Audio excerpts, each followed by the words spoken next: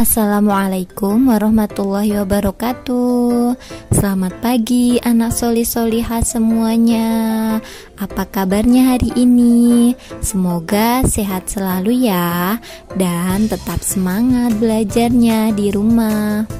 Anak solih-solihah, materi belajar kita hari ini adalah tugas dan sikap sehari-hari di rumah berdasarkan sila Pancasila. Nah, setiap anak pasti mempunyai tugas masing-masing yang harus dilakukan, dan juga setiap anak harus bersikap baik terhadap anggota keluarga di rumah yang sesuai dengan sila Pancasila. Sekarang, apa saja tugas dan sikap kita sebagai anak di rumah yang sesuai dengan sila Pancasila? Kita bahas satu persatu ya, dari sila pertama sampai sila ke-5. Sikap dan tugas kita sebagai anak yang sesuai dengan sila yang pertama, contohnya adalah 1. Beribadah bersama keluarga. Jadi kita melaksanakan sholat 5 waktu secara bersama-sama atau berjamaah bersama ayah, ibu, kakak, dan adik. Yang kedua, berdoa sebelum dan sesudah makan. Ketika kita akan makan, sebelumnya juga harus berdoa, dan jangan lupa sesudahnya juga membaca doa. Dan yang ketiga adalah mendoakan kedua orang tua. Jadi setelah kita selesai melaksanakan sholat, sebagai anak kita harus mendoakan kedua orang tua kita. Nah, untuk sila yang kedua, contohnya adalah yang pertama, membantu orang tua. Contohnya seperti apa?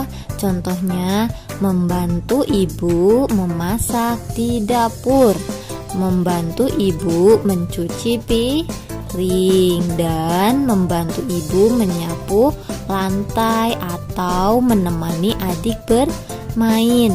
Yang kedua, saling menyayangi adik atau kakak. Jadi ketika kita mempunyai adik atau kakak, kita juga harus saling menyayangi. Yang ketiga, menghormati dan menyayangi orang tua.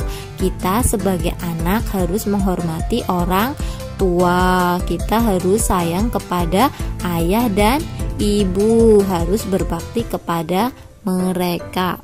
Selanjutnya, tugas dan sikap kita yang sesuai dengan sila yang ketiga, contohnya adalah rukun dengan anggota keluarga. Jadi kita harus bersikap rukun kepada adik ataupun kakak, tidak boleh berkelahi atau berantem. Yang kedua, membersihkan rumah bersama-sama. Jadi ketika hari Minggu akan melaksanakan bersih-bersih rumah, maka kita harus ikut membersihkannya secara bersama-sama bersama ayah, ibu, kakak, ataupun adik. Dan untuk sila yang keempat, contohnya yaitu yang pertama, memberikan nasihat kepada anggota keluarga. Jadi ketika kita berperan sebagai kakak dan kita mempunyai adik, kemudian adik kita melakukan suatu kesalahan ataupun misalkan membuang sampah sembarangan, kita sebagai kakak maka harus menasehatinya, Dik, jangan buang sampah sembarangan, buanglah sampah pada tempatnya. Jadi kita sebagai kakak memberikan nasihat yang baik kepada adik. Contoh yang kedua, melaksanakan tata tertib yang ada di rumah. Nah, di rumah pasti kita ada suatu tata tertib yang sudah ditentukan oleh anggota keluarga. Maka sikap kita harus melaksanakan tata tertib itu dengan sebaik-baiknya, karena tata tertib itu sudah disepakati oleh anggota keluarga. Nah, sekarang tugas dan sikap apa saja yang sesuai dengan sila yang kelima? Contohnya apa? Contohnya seperti yang pertama, suka menabung. Jadi di rumah kita harus rajin menabung ya anak solih-solihah, baik itu 500 atau 1000 setiap hari. Jadi nanti kita mempunyai banyak tabungan sehingga dapat kita gunakan suatu hari nanti.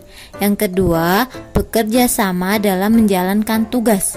Jadi kita harus bekerja sama dengan kakak ataupun adik dalam menjalankan tugas dari ibu, sehingga tugas itu akan terasa lebih ringan.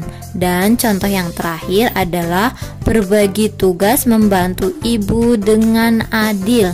Nah, ketika kita mendapatkan tugas untuk membersihkan rumah, maka kita harus membaginya dengan adil. Misalkan kakak bagian yang menyapu, nanti adik yang membuang sampah. Jadi tugas itu dibagi secara adil. Bagaimana anak solih-solihah? Sudah paham semua? Agar lebih paham, kalian coba membuat tugas sehari-hari di rumah yang sesuai dengan sila Pancasila. Apa saja tugas kalian di rumah ya? Nanti ditulis di buku tulis tematik. Demikian penjelasan materi dari Ustadzah ya anak solih-solihah. Semoga kalian semua dapat memahaminya dan bermanfaat untuk kita semua.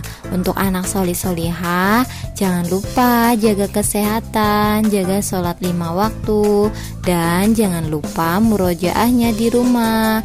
Terima kasih. Wassalamualaikum warahmatullahi wabarakatuh.